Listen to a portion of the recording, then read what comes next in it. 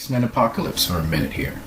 Now, as you can see, X-Men Apocalypse is right now at 48%, 73% liked by the audience. Now, here's the interesting thing about this movie. We know it has been, to some degree, attacked by the critics, okay? And very similar attacks like what happened with Batman v Superman, just less intense, because the movie has never had a potential over time of breaking $1 billion at the box office. It's never done that.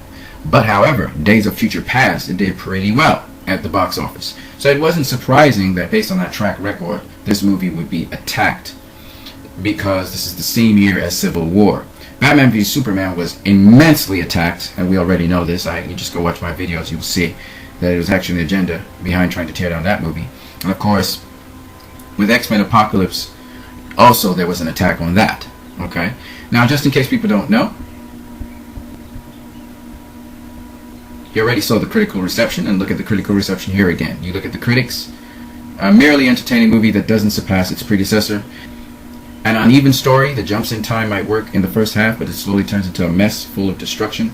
A film with no suspense, no tension, too long for what it actually offers. This fourth film in the saga, directed by Bryan Singer, is a big letdown. Just when you start thinking there's something there, the film shifts into a wholesale destruction mode, and so on. So you had, again, people tearing down the movie. I haven't seen the movie yet, but I knew that the critics were going to attack this movie. Okay. From what I gather of the movie, it's pretty solid. I'll watch it and I'll see. But I pretty much believe that this is not a movie that deserves a critical reception of 48%. Again, showing you how the critics looked at this film. On IMDb, it has a 7.4, again, very similar to what Batman v Superman has on IMDb. Here is Batman v Superman's rating on Metacritic.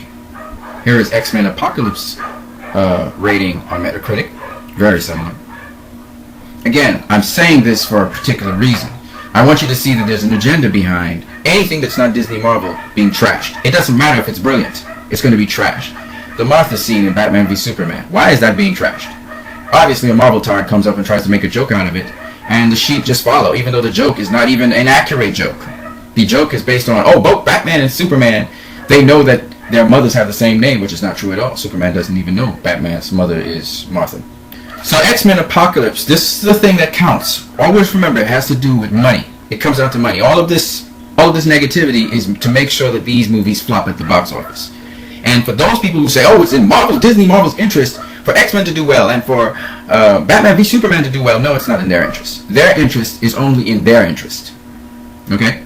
If X-Men flops, if Fantastic Four flops like it flopped last year, Disney stands to benefit because they were trying to negotiate with Fox to get Fantastic Four, to get the X-Men franchise. So Disney stands to benefit if these movies flop. Then the studios that host these movies will have to sell out their franchises because they're not profitable to them. So anyone telling you, because it's the comic book genre, it's important that other comic book movies prosper, they're lying to you. This is a business. So X-Men Apocalypse, anyway, look at its worldwide growth so far. It's probably going to stop at, hopefully it reaches the 500 million, the $500 million mark, or maybe a little higher. So it's right now at 478,463,858. This is an estimate, but this is where it's at. Now, how has the X-Men franchise done in comparison to this X-Men Apocalypse? Well, the first X-Men movie, it earned 296 million. The second one, X2, turned in 407,711,000, about 408 million. X-Men The Last Stand, it earned 459 million. X-Men Origins Wolverine, it only earned 373 million. X-Men First Class, it earned 353 million. X-Men Days of Future Past, that earned us $748 million, which was really good.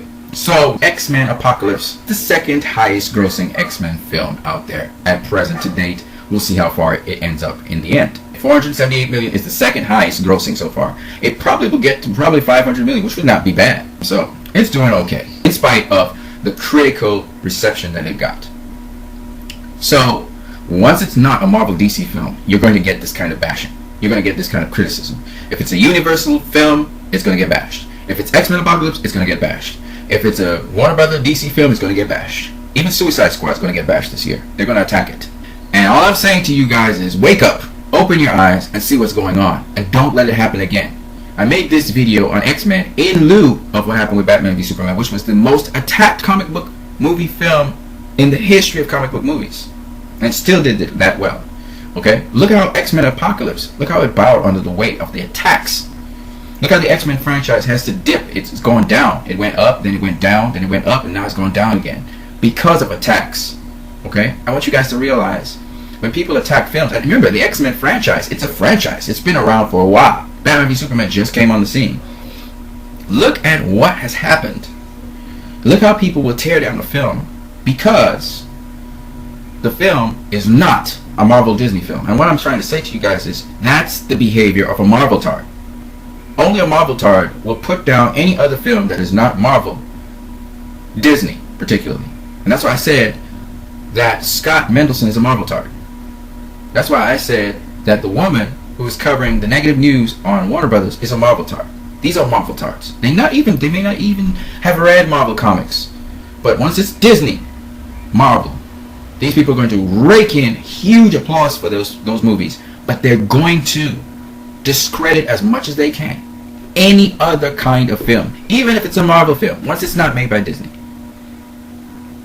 And I'm going to emphasize these points, and you guys need to spread this information because this must not be allowed to happen with other films. You as fans need to ensure that this does not happen for any other film. It mustn't happen for another Fox produced film. It mustn't happen for a Universal produced film. It mustn't happen for Warner DC produced film. It must not happen for Paramount produced film. You guys need to be able to look at the different films, see if they're good films, and then afterwards go at the critics. Go at them. Because the critics are not going to be allowed to do this again. And not all critics are like that, mind you. I'm not saying all critics are bought out, but I'm saying there's a good lot of them who are very biased. And also, and I've done so many videos showing you the different critics and how biased they were. And I showed you how some of them have motivations behind their bias. That they're not just biased towards Disney and Marvel, but they promote Disney and Marvel. They're actually paid to promote Disney and Marvel. These are people who paid to write what they write. And they're in key positions. So just think about that. And you guys have a great one.